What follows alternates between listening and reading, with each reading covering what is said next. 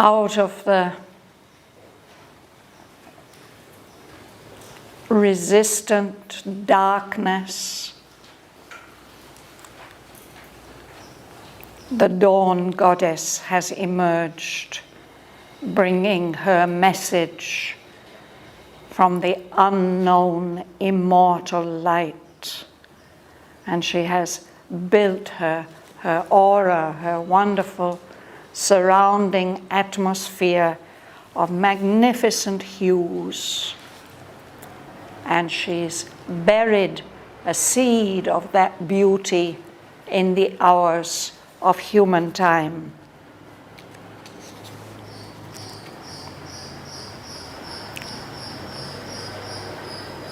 But then she sees the space is ready for her feet. She has to move on. She half looks behind for her veiled son, which we haven't seen yet, and then thoughtful went to her immortal work. I'll read on from there.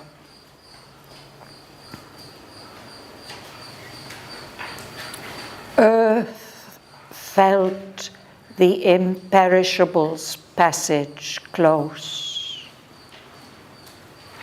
The waking ear of nature heard her steps, and wideness turned to her its limitless eye, and scattered on sealed depths, her luminous smile kindled to fire the silence of the worlds.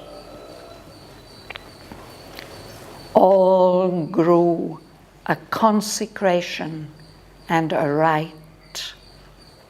Air was a vibrant link between earth and heaven.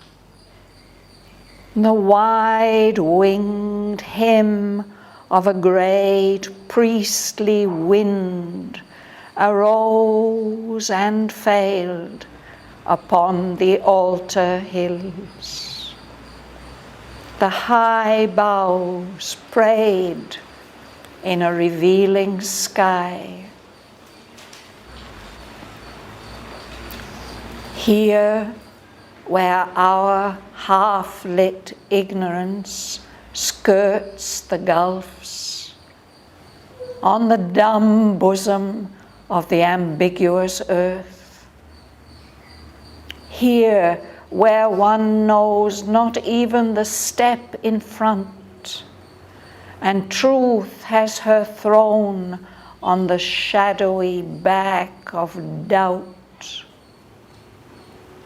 On this anguished and precarious field of toil, outspread beneath some large, indifferent gaze, impartial witness of our joy and bale, our prostrate soil bore the awakening ray. Here too, the vision and prophetic gleam lit into miracles, common, meaningless shapes. Then the divine afflatus, spent, withdrew, unwanted, fading from the mortal's range. A sacred yearning lingered in its trace, the worship of a presence and a power too perfect to be held by death-bound hearts, the prescience of a marvelous birth to come.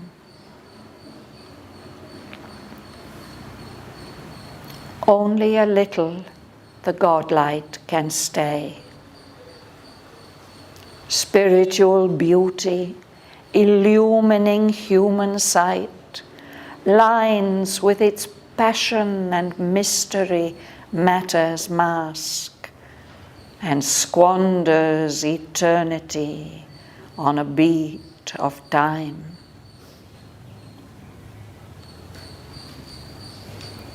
As when a soul draws near the sill of birth, adjoining mortal time to timelessness, a spark of deity lost in matter's crypt, its luster vanishes in the inconscient plains.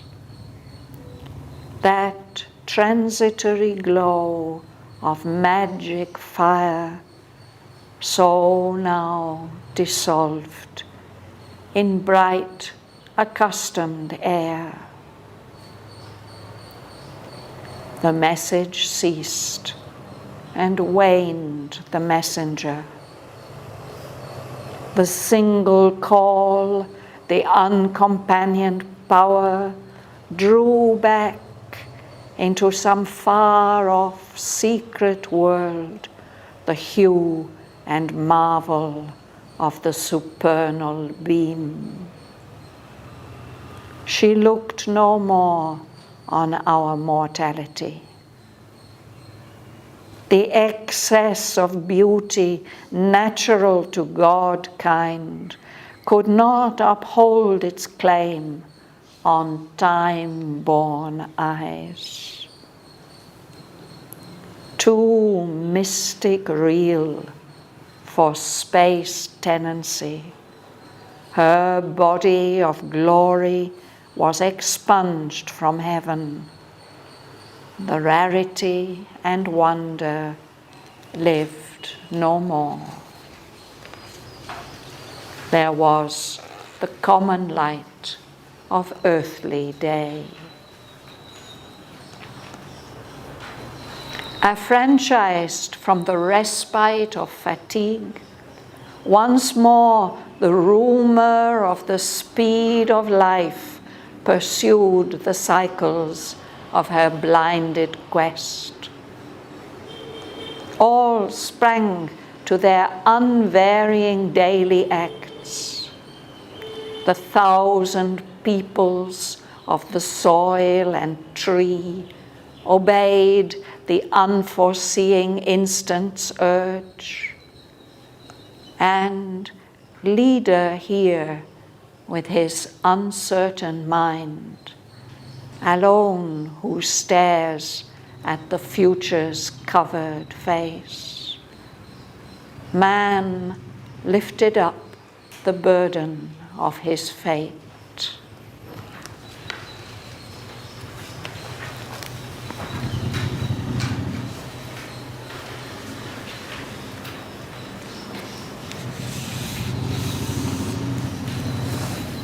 We're starting this side. Or felt the imperishable passage close, the waiting ear of nature heard her steps, and the wideness turned to her its limitless eye, and scattered on sealed depths her luminous smile, hidden to the silence of the world. Yes. So this imperishable being, this is the dawn goddess. She's moved on, but Aurobindo starts to describe how the earth has responded to the passage of her presence. Earth felt the imperishable's passage close. It's felt the closeness of the dawn goddess and that wonderful message that she was bringing. It's as if the whole of earth, nature, was listening wakefully. The waking ear of nature heard the steps of the goddess, and the wideness of the earth turned towards the goddess its limitless eye. It seems that she smiles. Her smile, her luminous smile, her smile of light, is scattered on these sealed depths of matter, as if they are closed up. But although they seem to be closed, that smile, it's as if it lights a fire, kindled to fire the silence of the worlds. To kindle means to light a fire. And this is the fire of aspiration and adoration that gets lighted up in nature with the passage of the dawn goddess.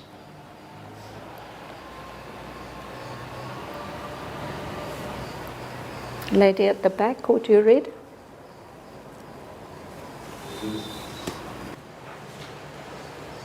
All grew to consecration and the rite. Air was a free, vibrant link between earth and Eden. The white winged hymn of great priestly wind arose and faded upon the altar is. The eye rose prayed in a radiant sky. Yes. So everything on earth, it becomes like a worship, a ritual of worship, in consecration, offering itself to that wonderful presence and the message that she brings. Everything in nature responds. The air becomes vibrant, it's vibrating, and it's the link between the earth and heaven, the skies, the higher levels of consciousness. And on the hills, it's as if a wind comes, and that wind is like a priest. A priest is one who makes the offering from the earth to the heavens, no? And as he does so, he chants. So there's a sound of that wind on the hills. It's as if that wind has wide wings chanting. The sound rises and then it dies away. And the trees are lifting up their boughs, praying. And we see them against the sky. That sky is revealing some mystery, some great truth.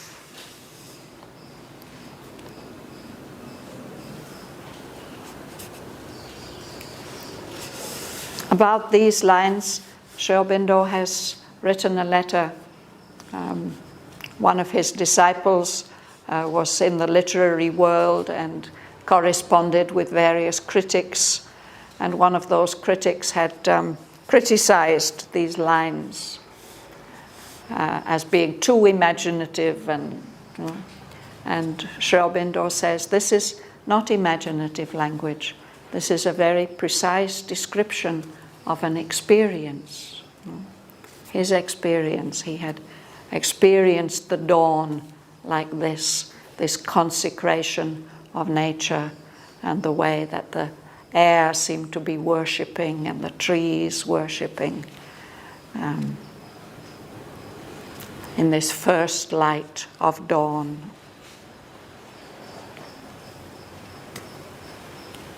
Klaus, you'll read. Here, our half-lit ignorance skirts the gulfs, on the dumb bosom of the ambiguous earth, here where one knows not even the step in front, and truth has her throne on the shadowy back of doubt. On this anguished and precarious field of toil, outspread beneath some large indifferent gaze, impartial witness of our joy and bale, our prostrate soil bore the awakening ray. Yes. So this is about the human world here, where our ignorance, our twilight, half-lit ignorance, is being carried around the deep gulfs of space as the earth carries us around on its bosom, you know? This dumb bosom of matter which can't express itself, this dumb bosom of the ambiguous earth. When something is ambiguous, it means that it has several meanings, that we cannot be quite sure what it means because there are different alternatives. So Aurobindo uses this adjective in connection with the earth. He also speaks of the earth being doubtful. Our world is ambiguous and doubtful. We don't know what its true significance is. Here on our earth, where one knows not even the step in front, we can't look far into the future. We never know what's going to happen at the next moment. Any shock or surprise can come. We don't know even the step in front. And here in our world, truth has her throne on the shadowy back of doubt. Yes. A throne is the seat that a ruler uses. But truth is seated or based on doubt in our world. We have to test and ask and find out. And it's difficult because everything is so ambiguous. It's difficult for us to be sure of any conclusions. And it needs to be like that. We shouldn't be credulous.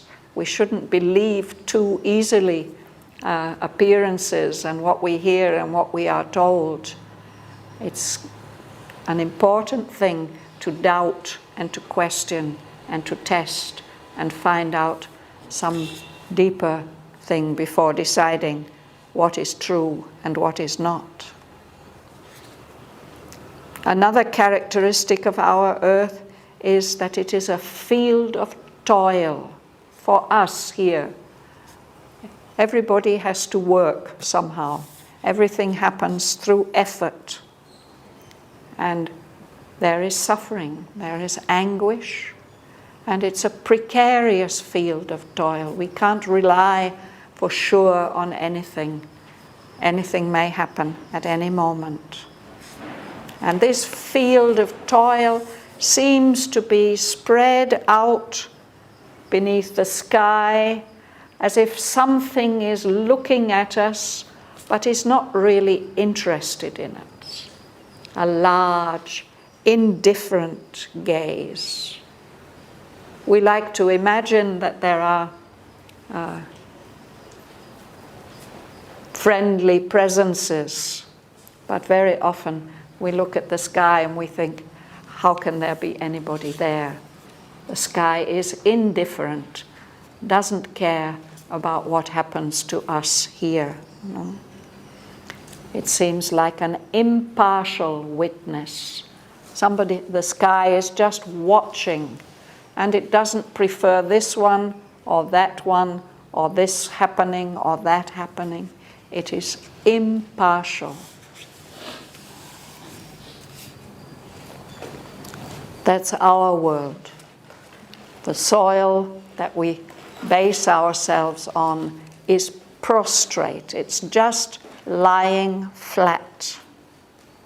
and it just bears that awakening ray of light, of higher light, the unknown immortal light that the dawn goddess brings to us.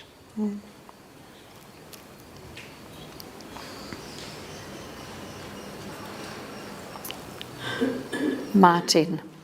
Here too, the vision and prophetic gleam lit into miracles, common meaningless shapes. Then the divine afflatus, spent, withdrew, unwanted, fading from the mortal's range. This moment of dawn doesn't last long, no? So here too, for a moment, that wonderful vision, that prophetic gleam, that light which was foretelling some wonderful possibility of the future, has lit up into miracles all the ordinary, common, meaningless shapes that we see every day. Whenever I read this line, I remember an experience which I had in a railway station in North India many, many decades ago, when I woke up in my compartment and the dawn light was lighting all the common meaningless shapes and all the ordinary colors that surrounding of the railway station, the platform and the buildings and the people, just lit up so magically into miracles. No? That's what the dawn does. But then it's over. That divine breath is used up and it withdraws. Perhaps one of the reasons why it withdraws is because there's no response from the human world. It is unwanted, and so it fades away from our human range. It moves into other planes and worlds. Janaka. The sacred yearning lingered in its trace, the worship of her presence and power, too perfect to be held by death's boundaries. The patience of an ambiguous birth to come. Yes. The mother has spoken about how at certain times of the day there's a very special atmosphere. For instance, she speaks about the sunset hour, when the sun has sunk below the horizon. She says if you are sensitive, you can feel an immense sense of regret and yearning at the loss of that presence of the sun and an aspiration for it to return. So this is something similar. That wonderful dawn light has come and lit everything up, but now it's faded. But somehow in nature, this sacred yearning is lingering as it fades away, as the light fades away. That yearning is partly worship of that presence and that power which is too perfect to be held by our hearts, which are in the grip of death. And the other part of that yearning is a prescience, a knowledge, a foreknowledge that one day this light will come to stay. There will be a marvelous birth. Of course, the dawn will come again the next day and the next day and the next day. And each time it brings a new light, a new possibility. Chandra. Only a little the godlike can stay. spiritual beauty illuminating human sight, lines with its passion and mystery letters mosque, and squanders eternity on a beat of time. Yes. Squanders means wasting. If you have somebody gives you a present and you think, oh, how wonderful, I've got some money and I can spend it. And then you go and spend it on next to nothing, you know? Squandering, wasting your riches. But, let's go back to the beginning. The God light, this divine light which comes with the dawn, can only stay with us for a little while. For a moment, for a few moments, this spiritual beauty lights up our human sight. And it turns everything into miracles. So what it does, this mask of matter, which is hiding the hidden divinity, gets lit up, and we see lines. Maybe it lights up the features, making them stand out very clearly. Or it may be that the light is behind, inside, lining the mask, and we can only just see it shining out around the edges. Like sometimes we can see the sun behind a cloud. You know? There's a beautiful golden line around the edge of it. And there's the proverb that every cloud has a silver or a golden lining. So that God light comes for a moment. It lights up everything, lines with its passion and its mystery, its intensity and its ungraspableness, its mysteriousness, and spends the whole of eternity on just one beat of time, squanders, gives everything that is eternal, just in that moment of time. Subbu? As when a soul dwells near the sea of birth, adjoining mortal time to timelessness, a spark of deity lost in matter's state. Its luster vanished in the inconscient light. That transistor glow of magic fire, so now dissolved in bright accustomed air. Thank you. So Aurobindo says that that wonderful glow that just lasts for a few moments, this glow of magical fire that the dawn goddess brings, gets dissolved in the ordinary bright air that we see every day. And he says that this is like when a soul leaves its soul world and comes into our world, as when a soul draws near the sill, the threshold, that it will cross over from the soul world into the material world. The sill of birth, when it will be born. This sill of birth adjoins, it connects mortal time to the timeless state of the soul world.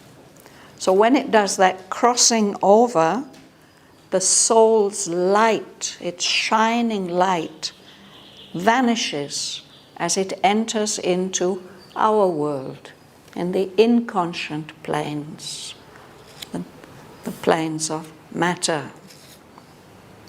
So that's how it is when this wonderful dawn glow dissolves in the light of ordinary day.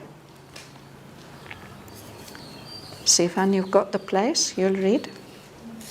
The The message ceased and wanted the messenger.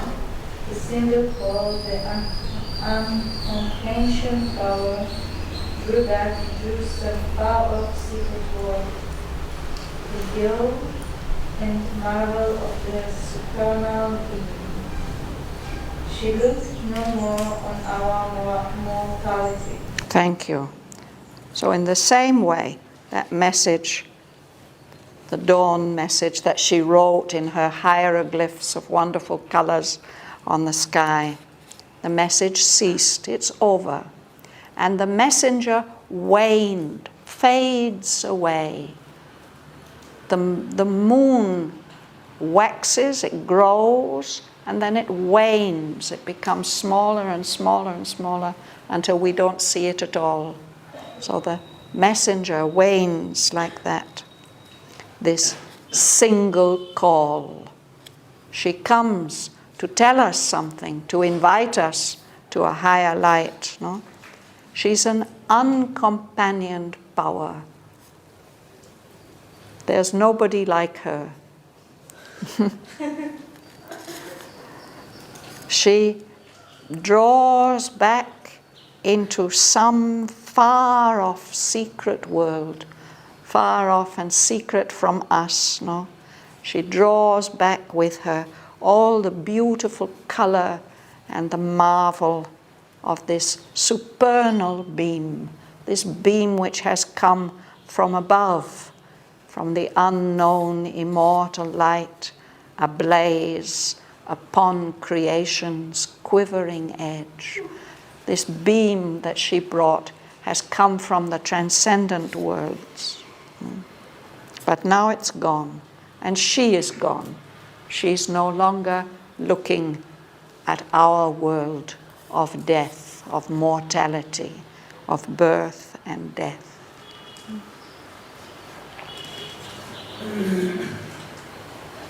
Joel?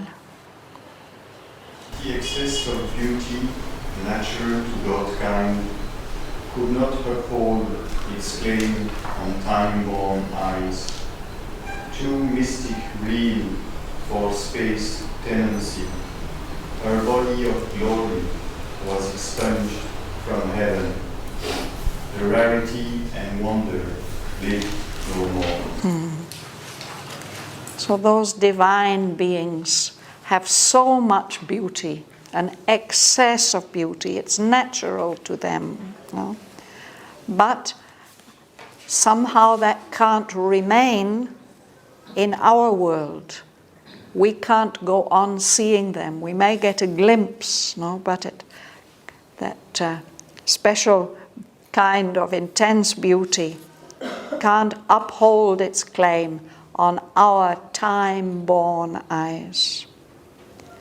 Her body, the body of the dawn goddess, is too real, but it's real in a mystic way.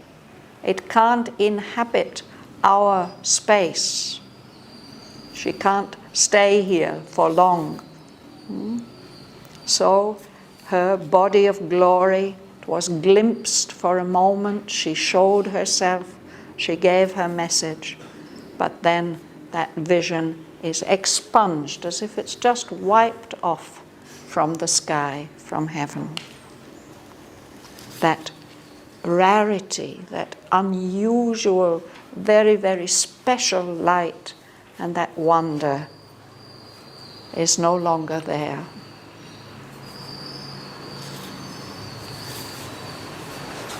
Instead, Sergei? There was the common light of present day, that much as, on the respite of a chief, once more the moon on the street of light, pursuing the cycles of a blind quest. So that lovely dawn glow has vanished. There's just the common light of earthly day.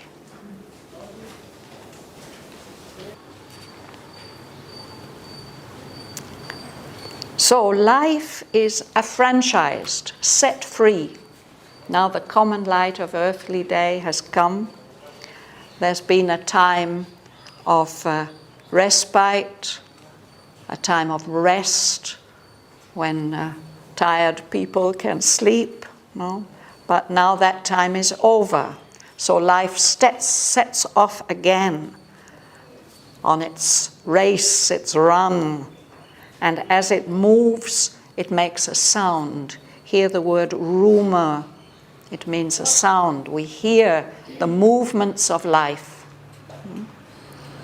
And that sound is following the cycles, these wheels, turning wheels of the blinded quest of life.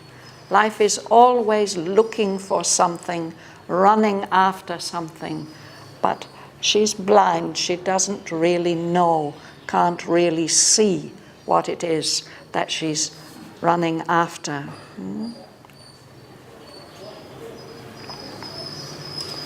Alice? All sprang to their unvarying daily acts, the thousand peoples of the soil and tree obeyed the unforeseen instant's urge, and leader here with his uncertain mind, alone, who stares at the future's covered face, man lifted up the burden of his fate. So all the living beings, the dawn comes, the day comes, and they all wake up and start doing what they do every day. Their unvarying daily acts. There's all the 1,000 peoples, many, many more than 1,000, all the different races and beings who inhabit the soil, who inhabit the trees in the forest. What they are doing is they are just following the impulse of the moment, the unforeseeing instant's urge. They are not seeing into the future. They just do what they do at every moment, impelled by life. But man is different. Man here on earth is the leader. And he has to lead with his mind. But it's an uncertain mind. He doesn't also, life is blind, the mind is also uncertain. But human beings do stare at the face of the future. The face is covered, but still we want to see. We try to see what is going to happen, what's going to come next. The only species who do that, who wonder, oh, what will happen next? So it is daytime, and the human race also has to lift up the burden of his fate. If we were just following the instant's urge, the unforeseeing instant's urge, perhaps our lives wouldn't be such a burden to us. But when we wake up in the morning, we immediately notice, oh, this has to be done, and that has to be done, and the other thing has to be done. And that's what makes us sometimes reluctant to wake up. That was the feeling on the first page of the poem. Oh, let me go back to sleep. Why do I have to wake up? But Shraddhavan is a physical mind. For example, early morning when you stand and I do this, I do that, is a physical mind. You repeat all. Yeah, if it were only the physical mind doing the routine acts, it wouldn't be so bad. But there's the other parts of the mind. There's the desire mind, the oh, I wish and I want, and then there's the rational part of the mind that says, it would be better if I did this or that, and I know so-and-so is waiting to meet me this morning, and we envisage all those things, staring at the future's covered place. Actually, we don't know what's going to happen, but we presume certain things are going to happen. But I got the peace in the mind. Yes, that's of course the right thing to do. But still, since humanity is the leader here, we do have a burden, we do have a responsibility. And that's what we lift up every morning when we take up our life. I think I will read the rest of page 6, because this speaks about this burden also. And Savitri too awoke among these tribes that hastened to join the brilliant summoner's chant, and lured by the beauty of the apparent ways, acclaimed their portion of ephemeral joy. That's what the human beings do, and the animals. But Savitri is different. She is akin to the eternity when she came. No part she took in this small happiness. A mighty stranger in the human field, the embodied guest within made no response. The call that wakes the leap of human mind, its checkered, eager motion of pursuit, its fluttering hued illusion of desire, visited her heart like a sweet alien note. Time's message of brief light was not for her. In her there was the anguish of the gods, imprisoned in our transient human mold, the deathless, conquered by the death of things. A vaster nature's joy had once been hers, but long could keep not its gold heavenly hue, or stand upon this brittle earthly base.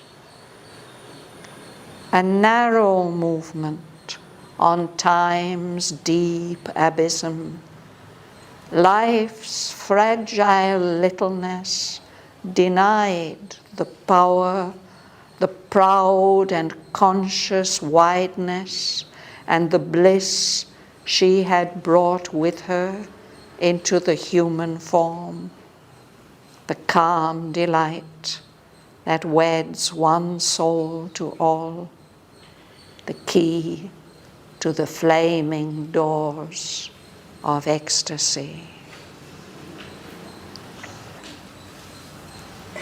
So Savitri's reaction as she wakes up is rather more complex than that either of the animals and birds or of the ordinary human beings.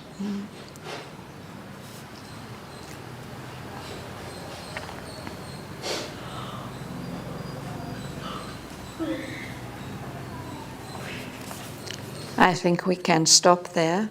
Anybody has any questions they want to ask?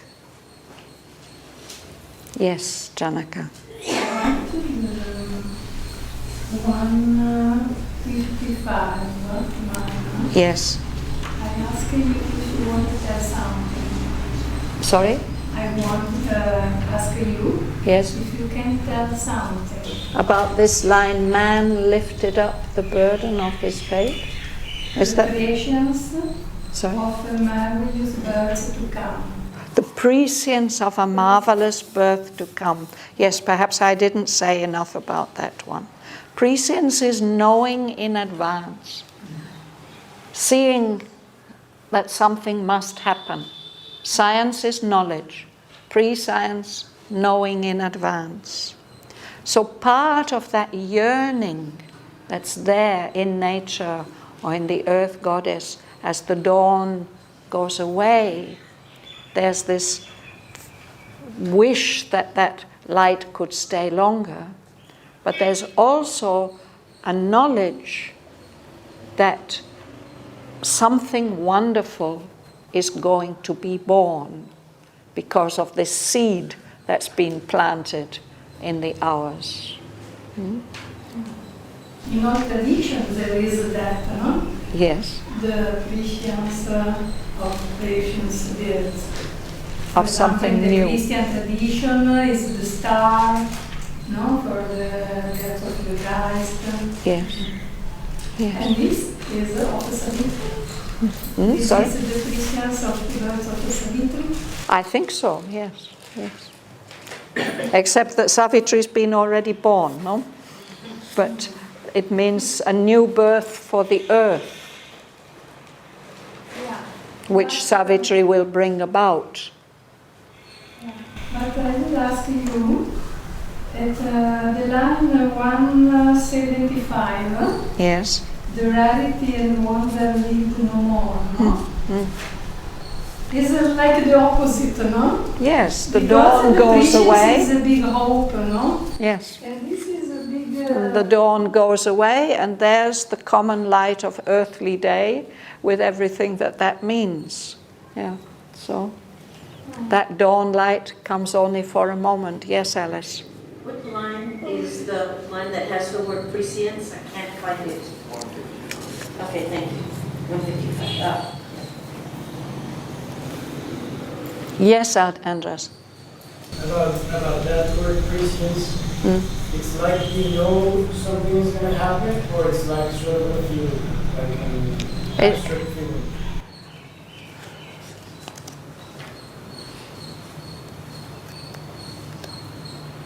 It can be either. Prescience really should be that you really know. But in our world, prescience is a kind of supposition, a guess. It looks like, you know. But here perhaps it's a bit more than that. It's a real foreseeing in the depths of nature, in the earth consciousness, that, oh, she's gone now, but she will be returning. There will be a glorious birth to come.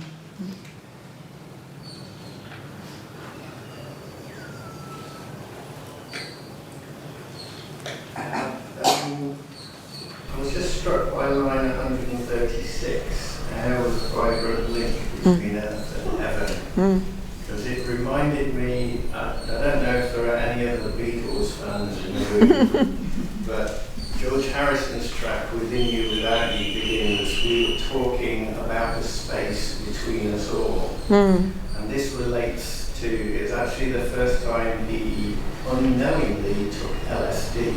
And he said what he had formerly thought was empty space between us is this vibrating energy which you could suddenly see.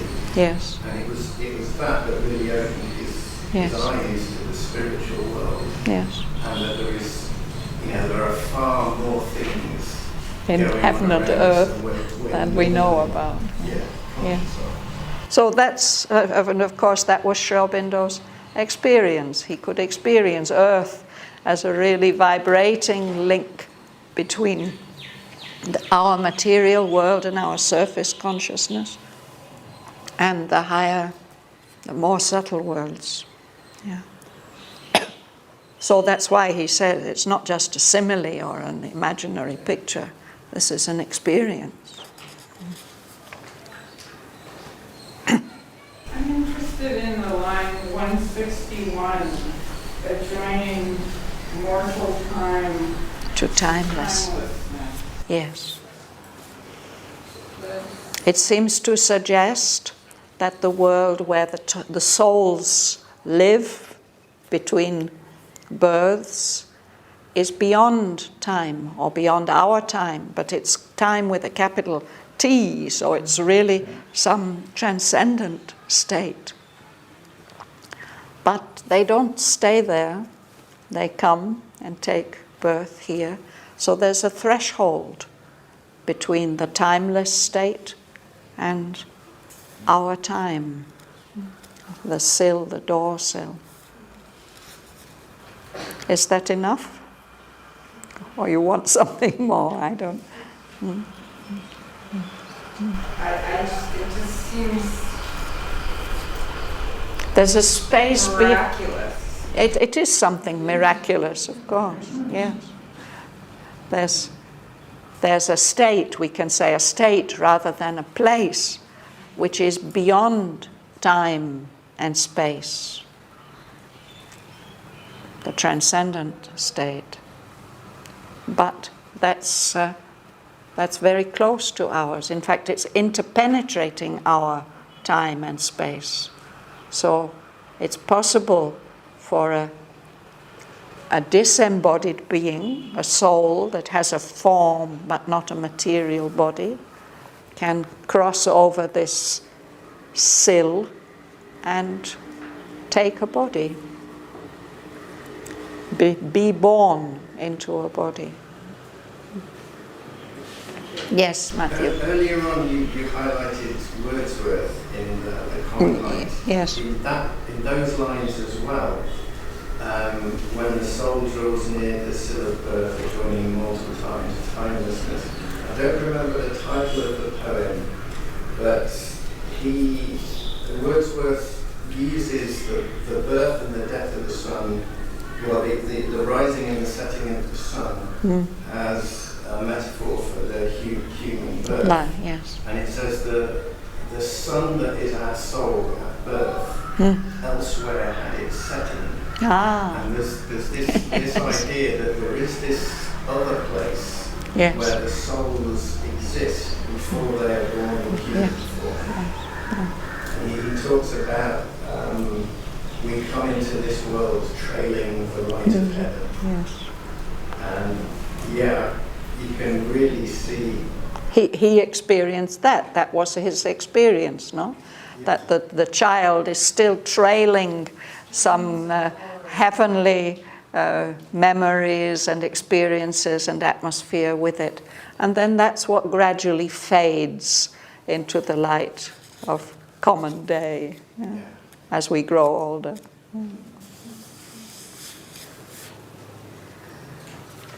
Nobody asked about this line, a spark of deity lost in matter's crypt.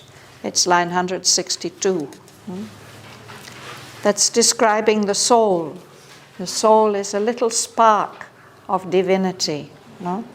And as it takes birth in the material world, it just gets lost in this crypt, in this deep space.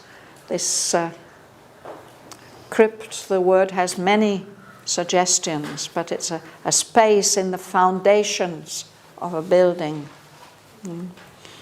So it gets lost in the inconscient planes that are there at the base of our human world. And we don't see its light anymore. We'd only see the physical form that it's taken on. Crypt also means mysterious, no, cryptic, something that's mysterious, difficult to understand.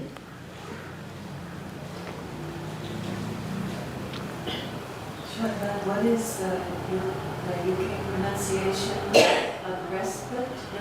Respite. Is there ever a respite, or is it using respite equal?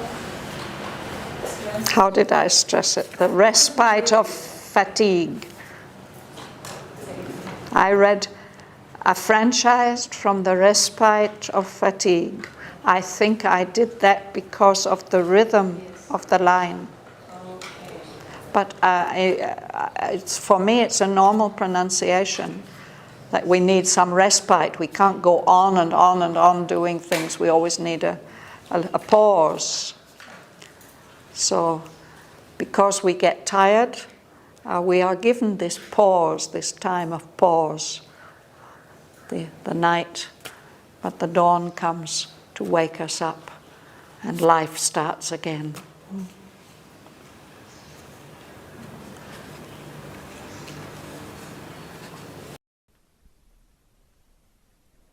Earth felt the imperishable's passage close.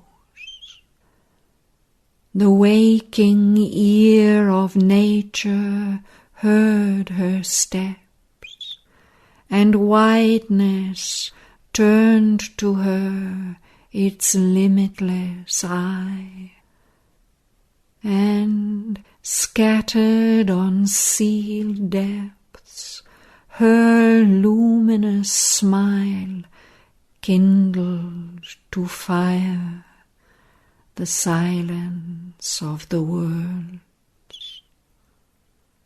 All grew a consecration and a rite. Air was a vibrant link between earth and heaven.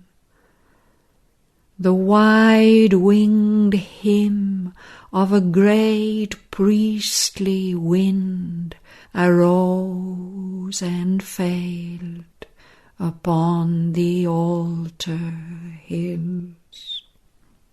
The high boughs prayed in a revealing sky. Here, where our half-lit ignorance skirts the gulfs on the dumb bosom of the ambiguous earth, here where one knows not even the step in front, and truth has her throne on the shadowy back of doubt, on this anguished and precarious field of toil, outspread beneath some large, indifferent gaze, impartial witness of our joy and bale. Our prostrate soil bore the awakening ray. Here too the vision and prophetic gleam lit into miracles, common, meaningless shapes. Then the divine afflatus, spent, withdrew, unwanted, fading from the mortal's range.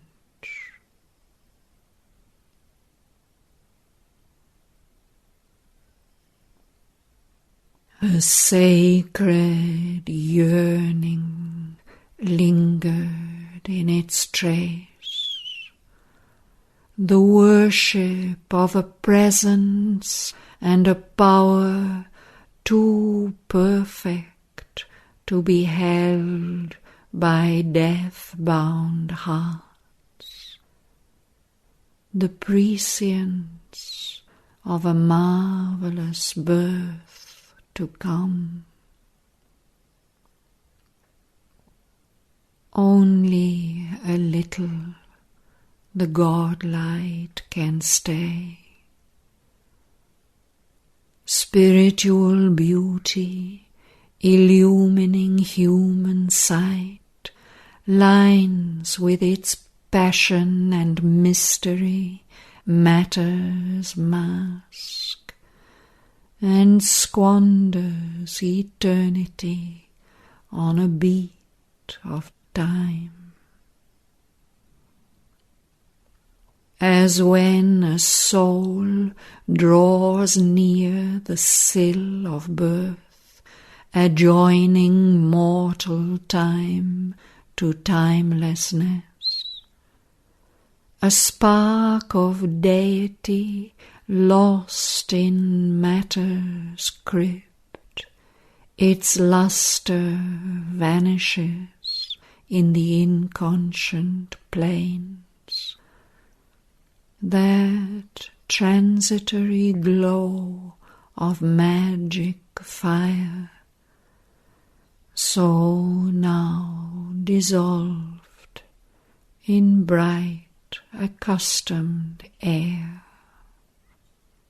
The message ceased and waned the messenger.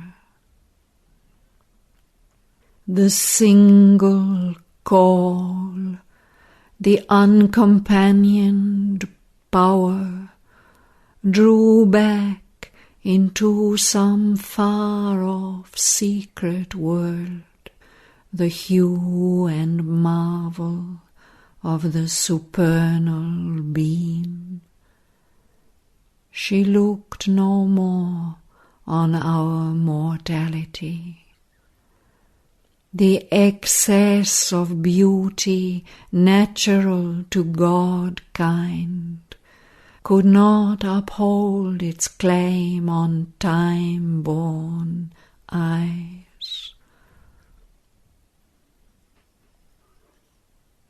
Too mystic real for space tenancy, her body of glory was expunged from heaven.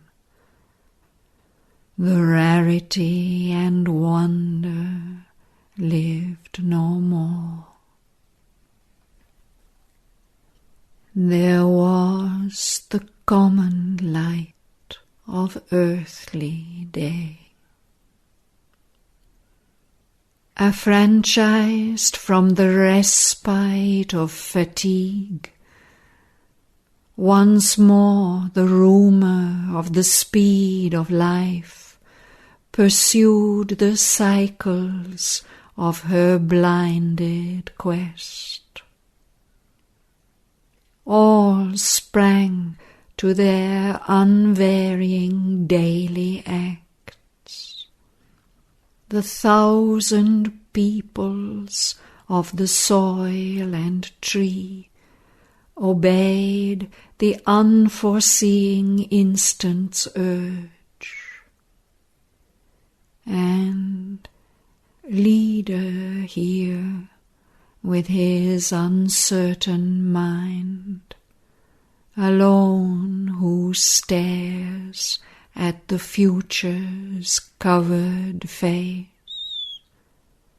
man lifted up the burden of his fate.